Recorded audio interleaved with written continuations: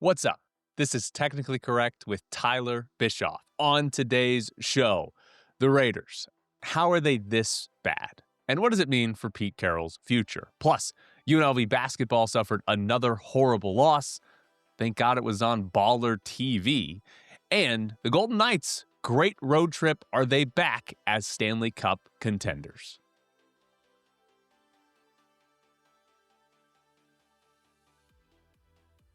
Technically Correct is brought to you by Fragile Boxer Flower House. With nearly 2 decades of design experience, Fragile Boxer Flower House is known for creating bespoke, couture, floral installations for weddings, luxury events, and brand storytelling. Amanda, the owner and designer, leads every detail with a designer sensibility, offering a fully tailored boutique experience for each client. Find her on Instagram at Fragile Boxer. Here we go.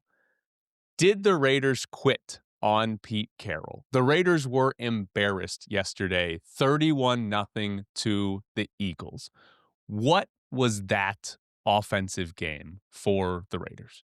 They scored 0 points. Field Yates tweeted out that it's the first time since 2000 that an NFL team has been shut out twice in the same season. The offense had 75 total yards. They ran 42 plays. They didn't even average 2 yards per play.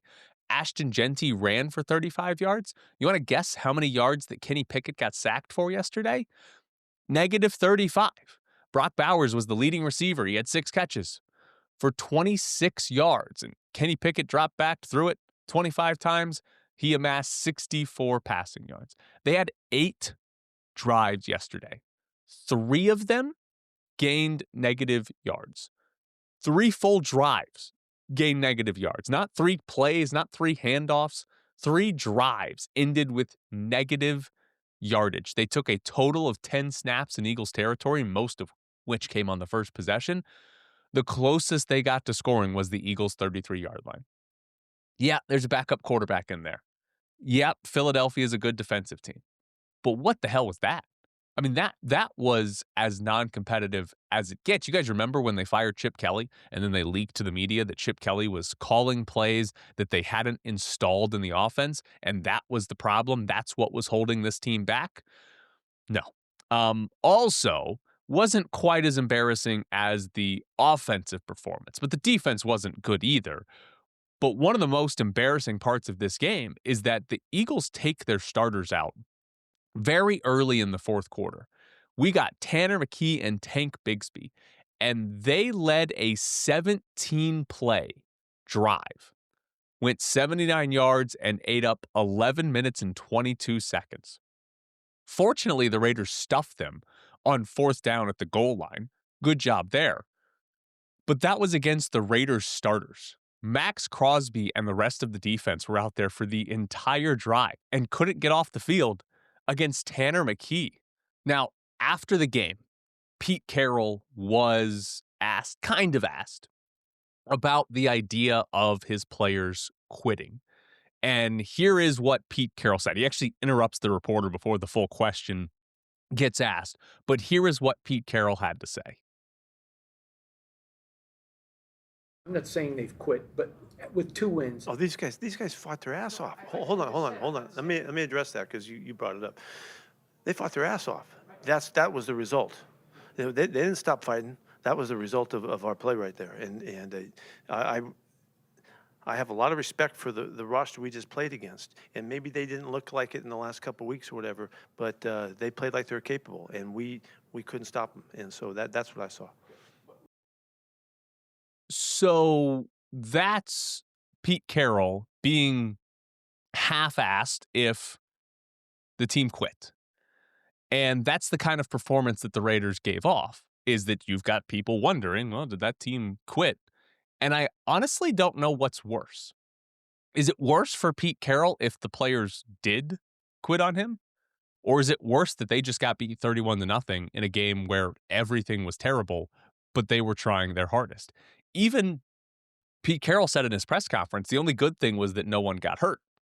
But let's imagine that the Raiders didn't quit. That was pathetic. Like, across the board, that was pathetic.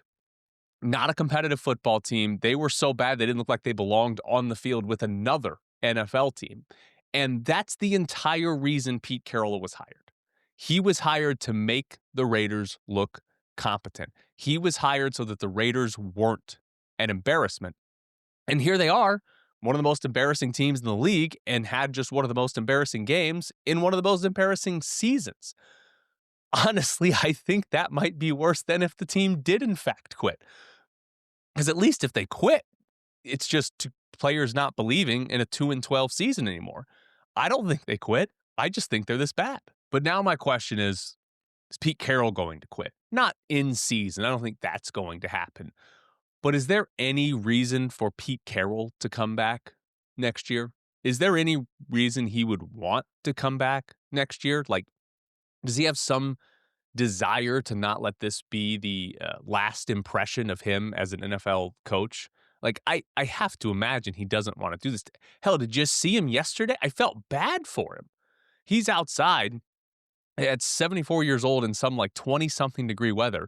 He's got two different jackets on that have a hood. He just looked miserable. I mean, it looked terrible for Pete Carroll out there, just standing in the cold with enough layers on that maybe didn't keep him warm enough. Like, does he really want to come back and coach this team when once or twice a year got to go coach in that weather?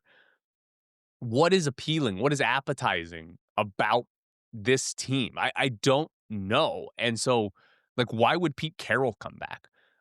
I've talked before about the idea that the Raiders shouldn't want Pete Carroll back. He doesn't match their timeline. They need to be in full rebuild mode.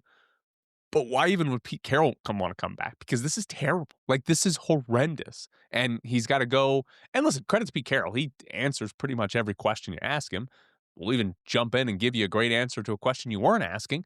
But why would he want to do this? Why would he want to come and talk about, oh, did my players quit on me today? It's just, I can't understand why he would be intrigued by that. Does he want to coach a rookie quarterback? Because that might be the only carrot the Raiders have for Carroll or any head coach that would make this an intriguing job or appealing job is, hey, we've got the number 1 pick or number 2 pick in the draft, whatever it ends up being.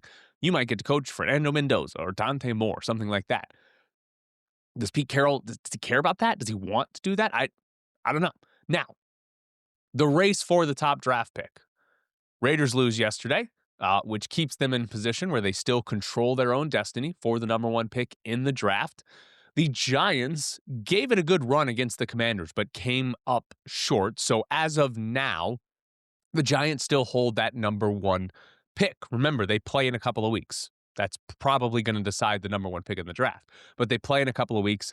The Titans also lost again, so they're at 2-12. So those are the 3 2-12 teams. Again, Raiders lose out. They jump the Giants because they should hold on to the tiebreaker over the Titans. There are 3 teams sitting at 3-11. Cleveland, the New York Jets, and Arizona are all at 3-11.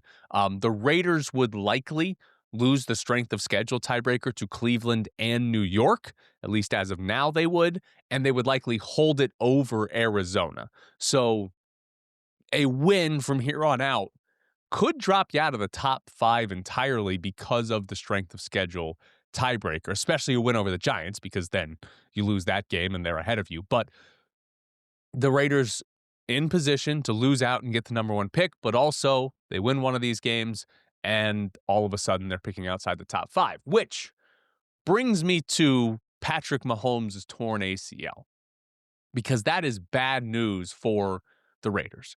So the Chiefs have been eliminated from the playoffs now.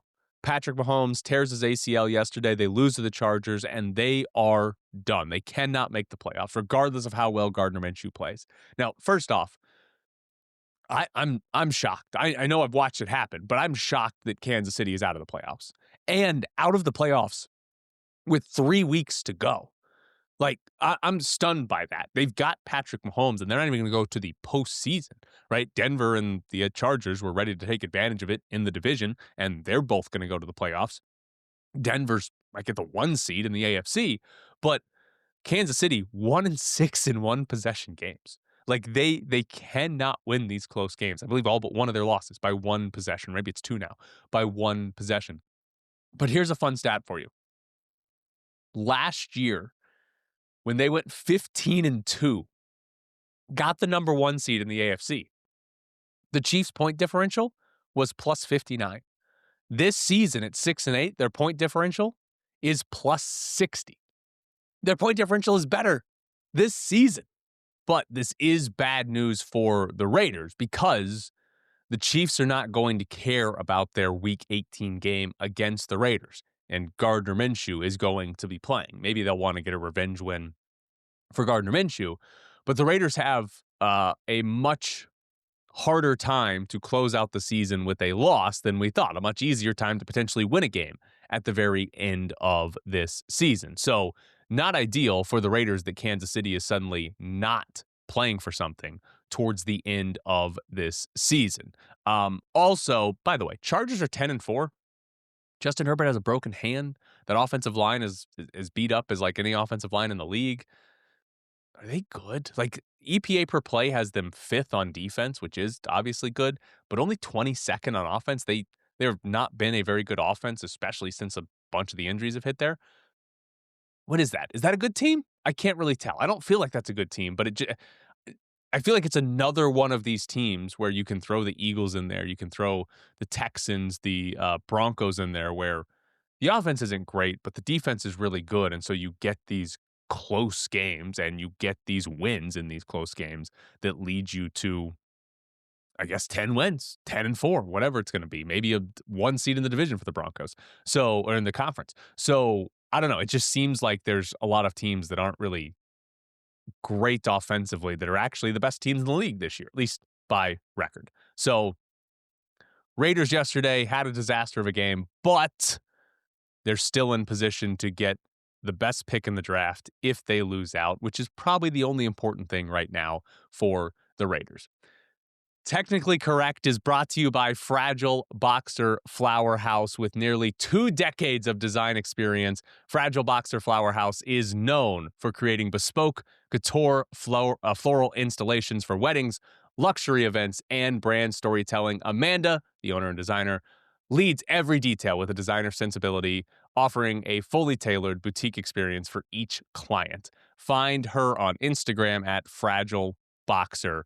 Thank you to Fragile Boxer for sponsoring the show. Big shout out there. Love that we got a sponsor in here. For florist, for flowers. I love that so much. I should get some flowers. Just put them right here for the entirety of the show. But shout out to Fragile Boxer for sponsoring the show. Check her out on Instagram at Fragile Boxer. And now it's time for Bischoff's Briefs.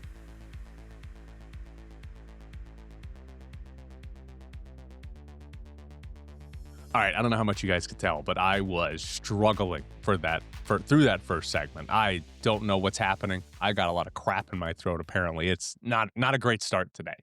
So I hope I didn't sound too terrible. But we start Bischoff's Briefs with UNLV basketball losing to Tennessee State. Lose that game by 3. First place we got to start, though. This game was on Baller TV, which means to watch this game on Baller TV, it costs $19.99 to watch one game between UNLV and Tennessee State. Neither of these teams are going to the NCAA tournament. What is $19.99 for one game? That's more than actual streaming services cost for an entire month. $19.99 for one game. What is going on? Why is this game so expensive to watch on Baller TV? What's happening there that you've got to pay $20 to watch 2 terrible teams play basketball? That was insane. And by the way, Baller TV doesn't even have like an app you can get on your smart TV to put it up on your television. Like, what is this? What is going on here? Like, this is a horrendous way to distribute a game. Like, at least the Mountain West Network is free. It might not always be the highest quality broadcast, but at least the damn thing's free. At least I can just go to a website and I can get it on a smart TV. Baller TV for $20. That's worse than anything UNLV basketball's done for the entire season on the floor. Now, in this loss. If you listen to the show on Friday, this is not a surprise, but both teams were terrible from three. UNLV shot 3 of 15, and Tennessee State was 2 of 16. Neither one shot a ton of threes, and neither one made very many threes. Not that much of a surprise because these are two of the worst three-point shooting teams in all of college basketball, both shooting well below 30%. However, I told you both these teams are very fast in tempo. They both play. They're both top 50 in tempo. Was not a fast game. There was only 70 possessions for both teams. It was a pretty slow game, but it was UNLV's worst offensive game of the season. They were held to 0.87 points per possession. The national average is about 1.1, and UNLV had not been under 0.9 in any other game this season. So to have your worst offensive game of the year against Tennessee State is pretty shocking. Now, some fun stats for you. UNLV this year is 2-1 against teams in the top 100 of KenPom. 2-1. They are 2-5 against teams outside the top 100 of KenPom. So that makes no sense. They are 2-0 when playing outside of Las Vegas or Henderson. They are 2-6 when playing in Las Vegas or Henderson. Also makes no sense. But Josh Pastner, in his first 10 games, has now lost 3 times to a team outside the KenPom top 200. KenPom ratings go back to 1997. The only other time that UNLV has had a season where they have lost to at least 3 teams outside the top 200 were 2 of Marvin Menzies' seasons. His first season, which was very bad, and Marvin Menzies' final season, they lost to 3 teams outside the top 200. But that's it. Since 97, no other UNLV team has lost to teams outside the KenPom top 200. Has not happened 3 times in a year. So this is bad. And I know there are injuries. And I think the injuries are a valid excuse for why this team is not NCAA tournament level. I think that is a completely valid excuse. I don't think it's an excuse to have 3 of these losses in 10 games. I don't think you can excuse 3 of these because of injuries, especially, I mean, that was the healthiest they had been was for this Tennessee State game. These are, and like KenPom only goes back to 1997, but prior to 1997, UNLV was pretty good at basketball for a long time under Jerry Tarkanian. So there's a real chance that Josh Pastner has 3 of the worst losses, 20 losses in UNLV basketball history. There's a real chance that he has 3 of the 20, 30 worst losses in program history in his first 10 games. That's terrible. Like, it's genuinely bad. And I don't know, I don't know how you evaluate this beyond it's just horrendous because the injuries suck. They don't have who they thought their starting point guard was going to be. Until 2 games ago, they didn't have who their starting center was going to be. That's 40% of your starting lineup. It's, the 2 most important positions in theory. Like, there's an alternate reality where Miles Che and Emmanuel Stephan are healthy to start the year, and they're the 2 best players on the team, and UNLV is performing well. But so again, it's hard to evaluate the team on the idea of going to the NCAA tournament because of the injuries, and I think that's the valid excuse. But these losses, I mean, what are we doing? Like, these are horrendous losses where UNLV is, some of them have been bad defensively. This one was horrible offensively against bad teams, like games that you would think you'd just be better basketball players, even with injuries. You just be better than that team. And it hasn't happened for them. Also, I did want to give a shout out to Rob, who sponsored Bischoff's Briefs all of last week. By the way, you can sponsor Bischoff's Briefs now if you want. But shout out to Rob. Unfortunately for Rob, Navy beat Army 17-16 in the Army-Navy game. So feel sorry for Rob on that one. However, I do want to point out that Navy, down 6 with under 7 to play in the fourth quarter, went for it on 4th and goal from the 6-yard line, scored a touchdown. And then Navy, when they have a chance to run the clock out, it's 4th and 1, we're after the 2-minute warning. They go for it on the 4th and 1, get it. Army's used all their timeouts, so now Navy runs the clock out. 2 different times, Navy going for it on 4th down to help them take the lead and then finish the game off. we're getting the analytics of fourth down in the Army-Navy game. Analytics has won. It's finally won on fourth down decisions. It's made the sport better.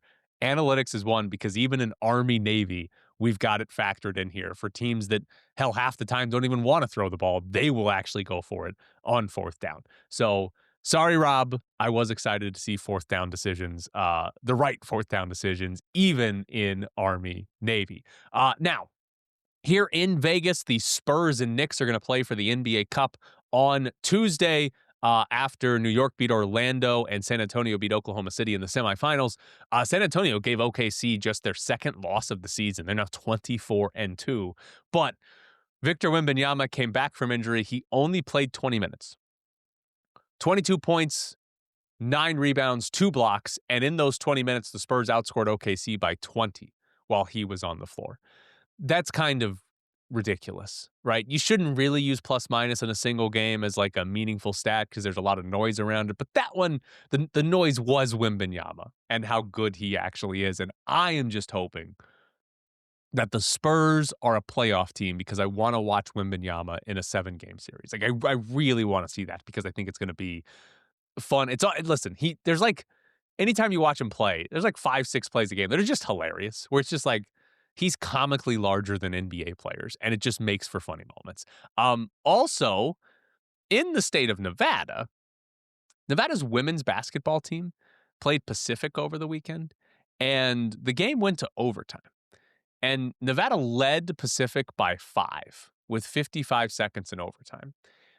And apparently the power went out, and they couldn't get it back on. And the game got declared a no contest. So they played into overtime. They played regulation and beyond into overtime. And Nevada's up 5 with 55 seconds left. I know, I just watched the Pacers come back from margins like that in the NBA playoffs. But like, Nevada's women's are going to win that game. They're going to win up 5 with 55 seconds to go. And now they don't get a win because the power went out.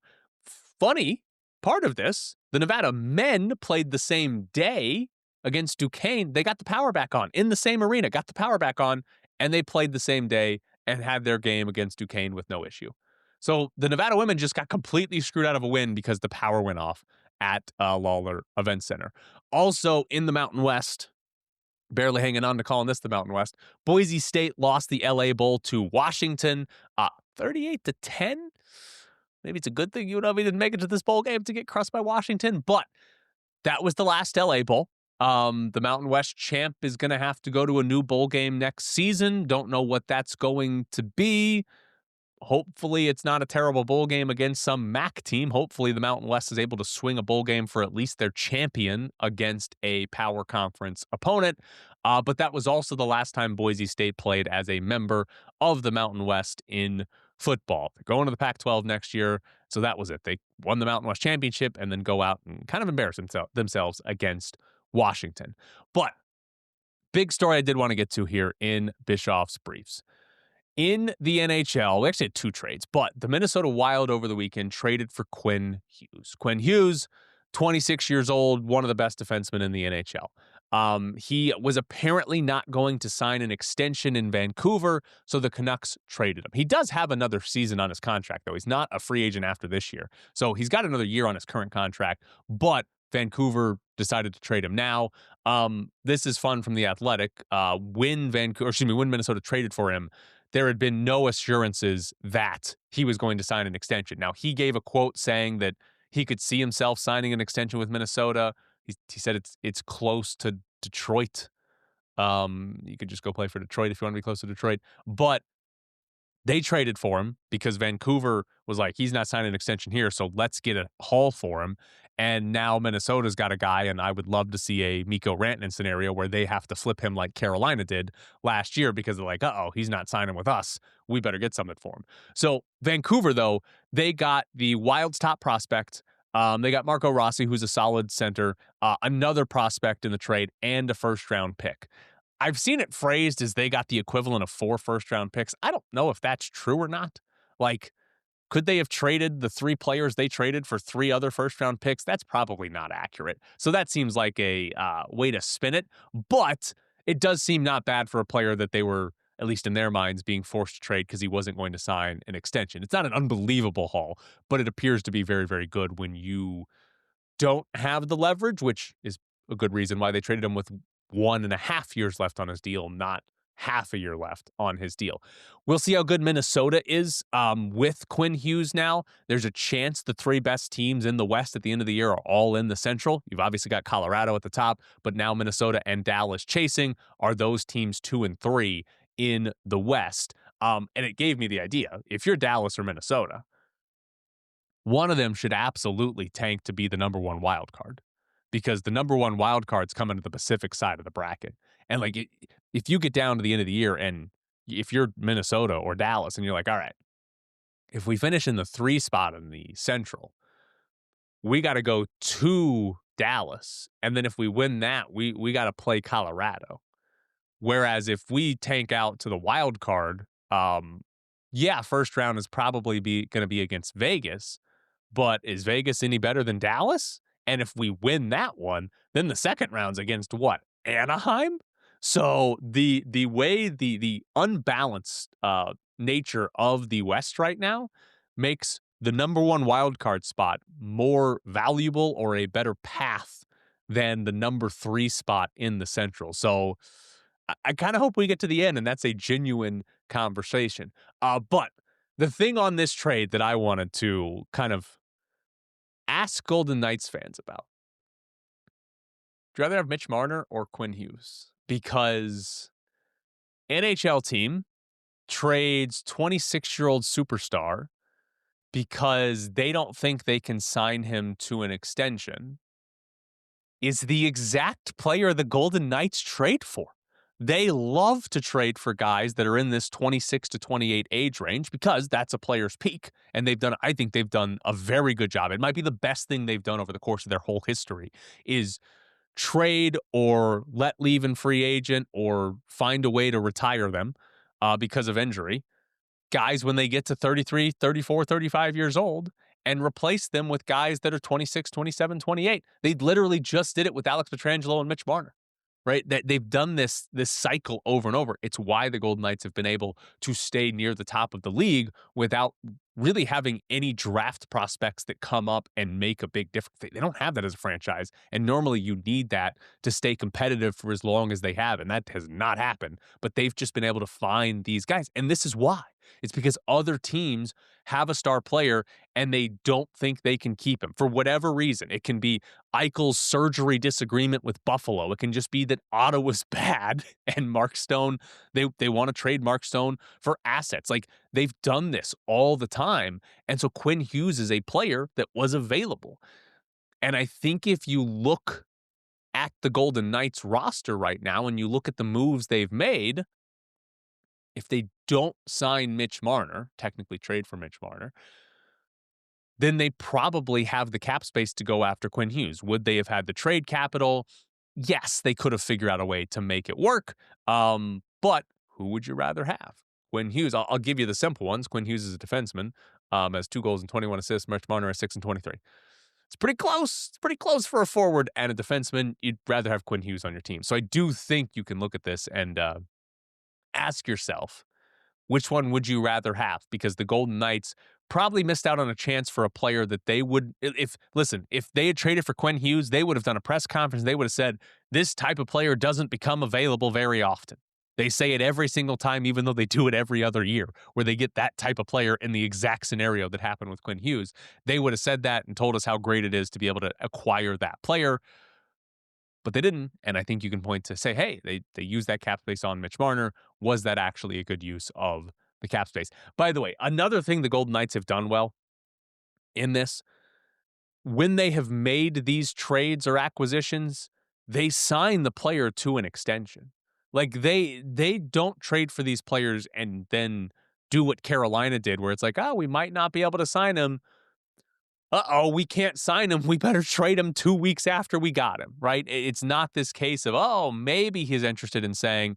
They actually get those extensions done, which is a good thing for a front office to do. Seems like a thing that any front office should be doing when you make that type of trade. Last thing in Bischoff's briefs, Philip Rivers lost in his return to the NFL. 44 years old, playing quarterback. They lost 18-16 to the Seattle Seahawks. Indy's defense was actually pretty good against a tremendous Seattle offense, held them to 6 field goals. Rivers, though, 18 of 27 for 120 yards. If you want to do the math real quick, that's 4.4 yards per attempt. I don't think he can throw the ball 20 yards down the field. He did twice. One of them got picked off. The other one is incomplete. But he can't throw the ball 20 yards down the field. I do not believe that he is a better option than Brett Rippon or whatever level of hurt Riley Leonard is. I do not believe it because he can't throw the ball. He cannot throw the ball 20 yards down the field. Any of his passes to the sidelines were just Russell Wilson moon balls. You got to drill one in there, and he's out here throwing a lob. That's not going to get you anywhere. Yes, they were in a close game with Seattle, but it's not because of Phillip Rivers. It's because that defense was tremendous against Seattle's offense. So I don't know why. I don't know how the Colts decided, yep, the 44-year-old guy is just going to walk in and be able to play for us, but he can't throw the ball. There's no way that's going to be the plan going forward or should be the plan going forward. It was kind of funny, kind of sad. There are a couple of moments where he got hit kind of hard. One where it was a bad snap and he just kind of fell down. But yeah, not great. We don't really need to do that to Phillip Rivers. Just let some of the guys that are actually in the age you're allowed to play football, play football. But that has been Bischoff's Briefs.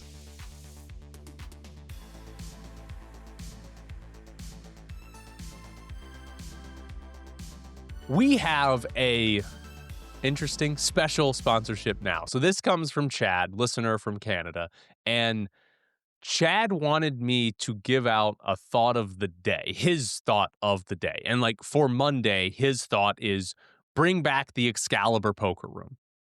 I wasn't aware the Excalibur Poker Room had closed, but that's what Chad wanted me to tell everybody today.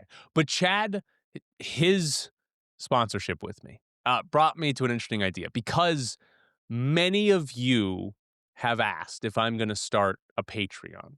Enough of you have asked that I should probably do it. So first thing, if you would be interested in me doing a Patreon, if you're unaware of what that is, it's a subscription, right? My goal here is the show is always going to be free. I might yell at you about some sponsors. Shout out to the Fragile Boxer Flower House today. But we can do some extra stuff, some extra content. So if you're interested in me doing a Patreon, let me know. You can email me at technicallycorrectvegas@gmail.com or tweet at me. I've had enough of you say it, so I probably should figure out how to do that. But I had an idea similar to Chad. So I'm going to use Chad's throughout the week to kind of see how this works. But the idea would be you as a listener give me some topic that you want me to prove. If you listen to this show, you know I love to use stats. You know I love to use stats to try to prove some sort of point. But the idea would be you give me basically a prompt, and then I have to give you stats to back it up. I know we have at least one Oregon fanatic who listens to the show because he asked me on Instagram. He listens to the press box, texting me all the time, yelling about Bo Nix. But he asked me on Instagram how much it would cost for me to declare Bo Nix the best quarterback in the NFL. He looked good yesterday, and I hate to say it, but that would be the idea. You give me a prompt. The best one would be a prompt that's clearly not true or something that you know I don't like, and then I have to go and sort of prove it, back it up with some sort of stats or evidence, giving your argument merit. So that's an idea. If you want me to do any Patreon, we can. But again, shout out to Chad, who just says bring back Excalibur Poker Room. Chad's got more thoughts of the day throughout the week. So you're going to get to hear Chad's thoughts of the day. Tomorrow, I'm going to give you some of my thoughts on Chad's thought of the day. But the Golden Knights won again over the weekend, which means they finished off their 5-game road trip with 4 wins and an overtime loss. 4-0-1 on that trip. So a good overall trip. Listen, they didn't win or lose in overtime against Columbus. They actually finished a game in regulation. Big shock there.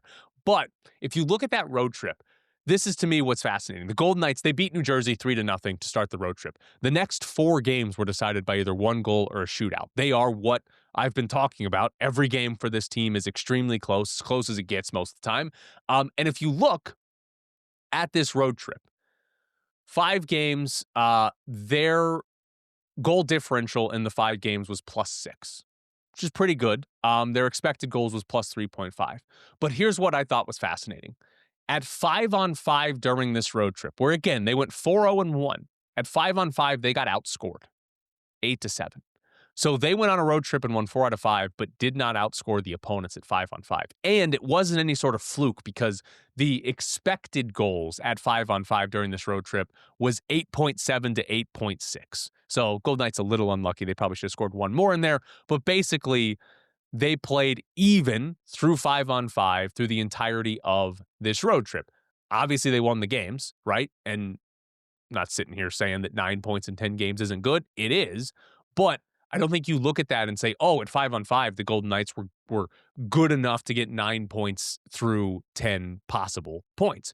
But where they were good was everything that wasn't 5-on-5, right? On this road trip, the power play scored 4 goals, didn't allow a shorthanded goal. And again, if we're looking like expected goals to see how much of a fluke it is, not at all. Their expected goals was 4.1. Their expected goals allowed was 0.3. So power play wise, they did kind of exactly what was expected of them, and it was very good. Shorthanded, they were very good. The penalty kill allowed 1 goal.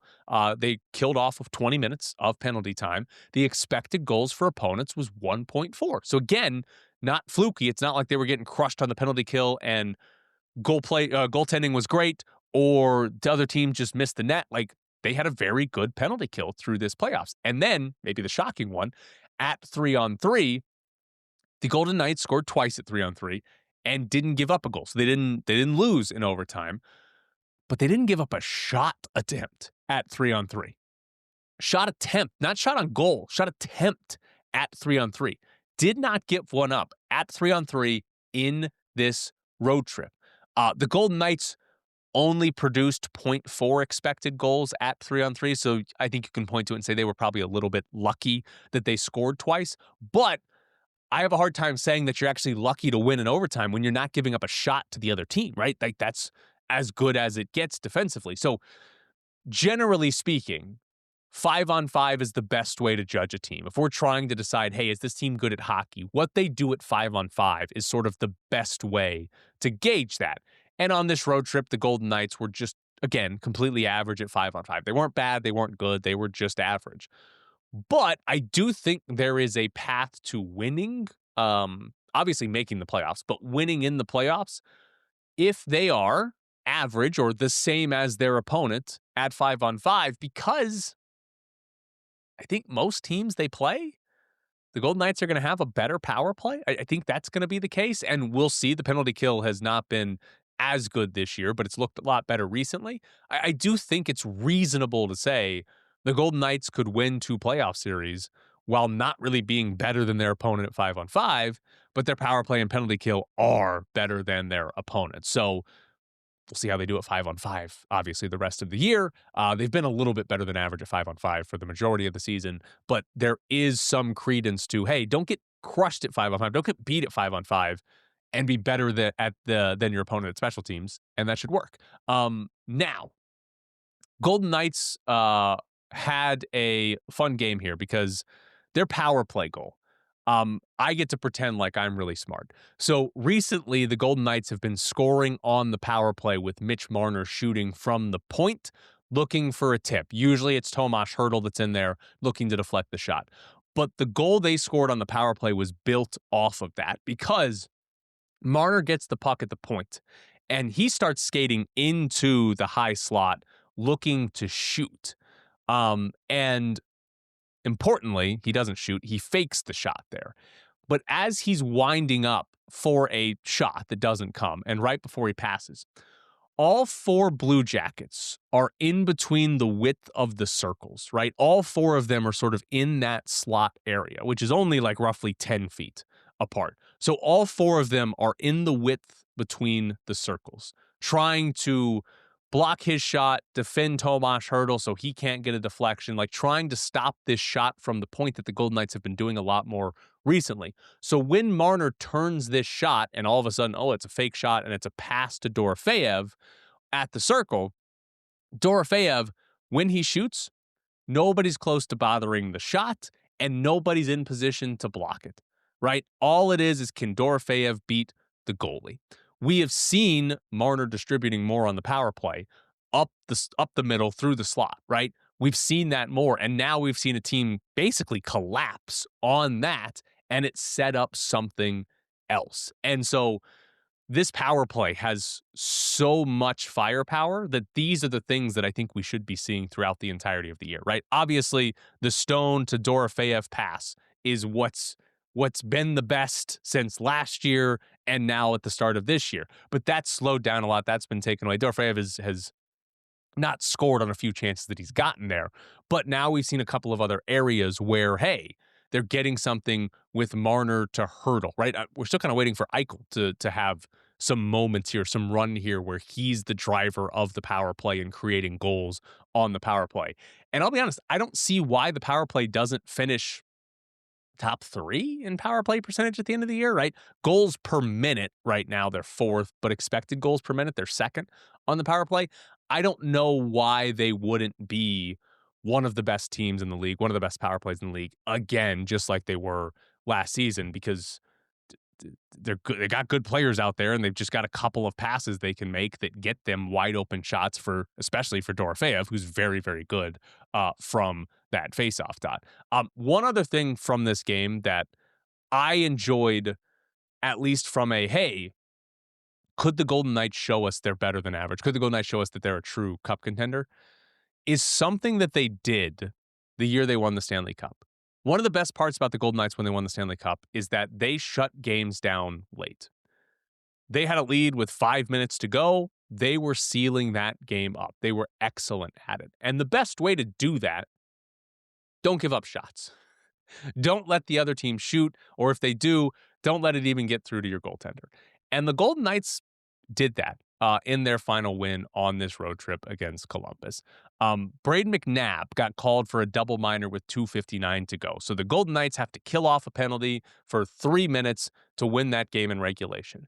And in that 2:59, Columbus had 1 shot on goal and just 3 shot attempts, right? Columbus has a power play for half of that time. They go to 6-on-4 when they pulled the goalie. They're should be in desperation mode to score, in desperation mode to shoot. And the Golden Knights just didn't let them shoot. Didn't give up shot attempts, didn't give up but 1 shot on goal. Carter, if you have to ask your goalie to just make 1 save in that scenario, you're probably going to win 99% of the time, right? That should have been a frenetic scenario. That should have been chaotic, right? Carter Hart should have been having to scramble to make saves and keep it out. But the Golden Knights didn't let that happen. They didn't let the chaos happen. And so in the conversation that I keep having about how good is this team, are they average, are they an actual Stanley Cup contender, I think that was a sign of, oh, okay, there's something there. Because that's what you would do if you're going to be a true cup contender is, hey, we've got this 1 goal, especially this team, if they're going to play every game to overtime or by 1 goal. But we've got this 1 goal lead. We need to shut everything down. That's what they did in that game. Last thing I wanted to end on is in the world of college football. Because I'm a Heisman voter. It's a great thing to be a Heisman voter. There's a lot of Heisman voters. You don't have to be that special, but I love being a Heisman voter.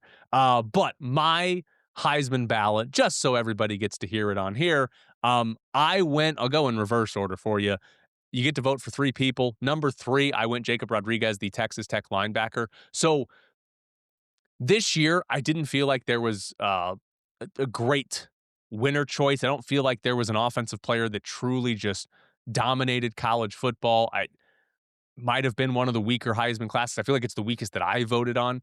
And it felt like that there was a reason to have a defensive player get a vote, especially the season that Jacob Rodriguez had, where he led the nation in forced fumbles and he had 4 interceptions. There's a stat that Bill Connolly of ESPN tracks called Havoc Plays, and he basically just tackle for loss, forced fumbles, interceptions, sacks, basically anything that is in the box score that sort of keeps the offense off, right? You hit him in the backfield or you take the ball away, something like that. He calls it Havoc Plays. Jacob Rodriguez led the entire country in Havoc Plays. He was also 13th in just total tackles. He led the country in run stops. PFF tracks run stops. Like, He was tremendous. I also love that Texas Tech pandered to voters because they gave him 2 rushing touchdowns late in the year on the goal line. They also tried to have him throw a touchdown, and he threw an interception in a blowout against West Virginia. But I voted for him third. He was the best defensive player in college football this season, and I thought better than the majority of offensive players as well. At number 2, I voted for Julian Sayin, the Ohio State quarterback. So Julian Sayin had the best statistical season of any passer in college football, right? If you look completion percentage, he was 3 percentage points higher than number 2 in all of college football, and that's while being top 5 in yards per attempt. They did throw the ball down the field. You don't normally get high completion percentage with balls down the field. Normally, those are all passes to the line of scrimmage. Not the case for Julian Sayin. He led college football in PFF rating and quarterback rating. He had just 6 interceptions this year. PFF tracks turnover-worthy plays. 1.5% of his passes were turnover-worthy this year. You also can look at it, break it down by under pressure and not under pressure, and he still completed 62% of his passes under pressure, and his turnover-worthy play was only 1.9% under pressure. He was great under pressure, right? He was almost the same guy under pressure. He had the best statistical season of any quarterback. I do think it's fair to say he's got the best wide receiver room in college football. I do think it's fair to say that he's not the best player on his own offense. All of that's true.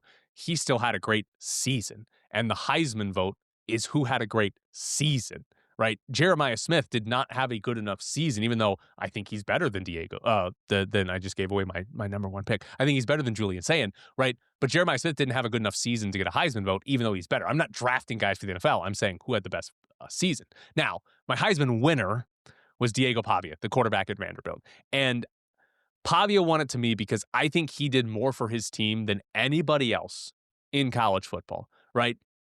You compare him to Fernando Mendoza at Indiana, you compare him to Julian Sayin at Ohio State, and the first place I think you go to for comparison defensively, Ohio State and Indiana finished first and second in SP plus defensive efficiency. Vanderbilt finished 31st, right? They were third, though, in offensive efficiency.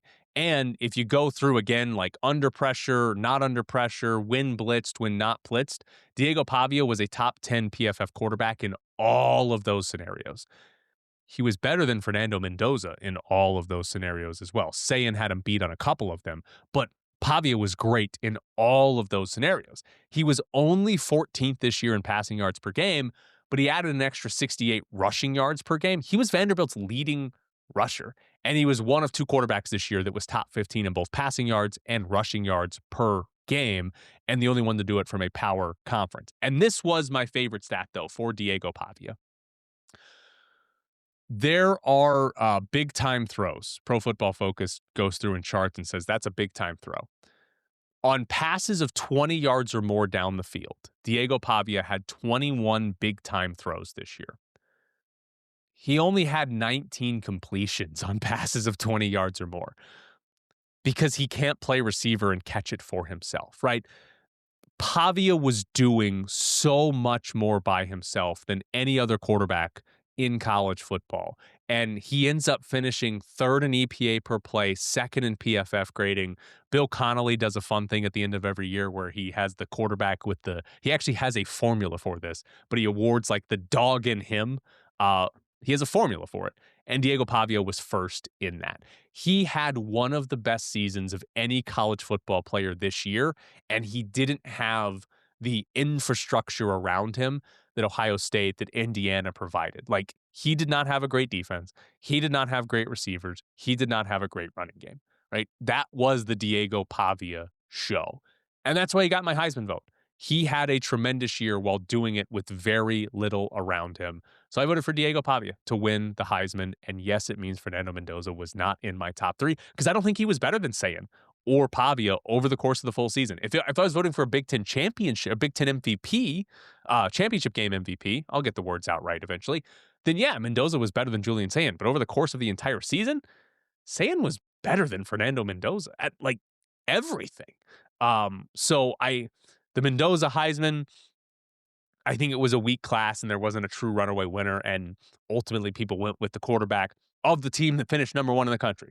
That's fine. I don't think he's that much worse than Diego Pavia, but I do think it's pretty bunched up. Like, for example, I don't think Sayin, Pavia, or Fernando Mendoza were significantly better than Trinidad Chambliss this year. I think that's how close or how weak the quarterback play was this season. But Diego Pavia was my Heisman winner. And fun fact, if you follow me on TikTok, which you should, everybody's mad at me on TikTok for voting for Diego Pavia. That's a weird place, a weird thing that I'm saying that I didn't think was actually going to happen.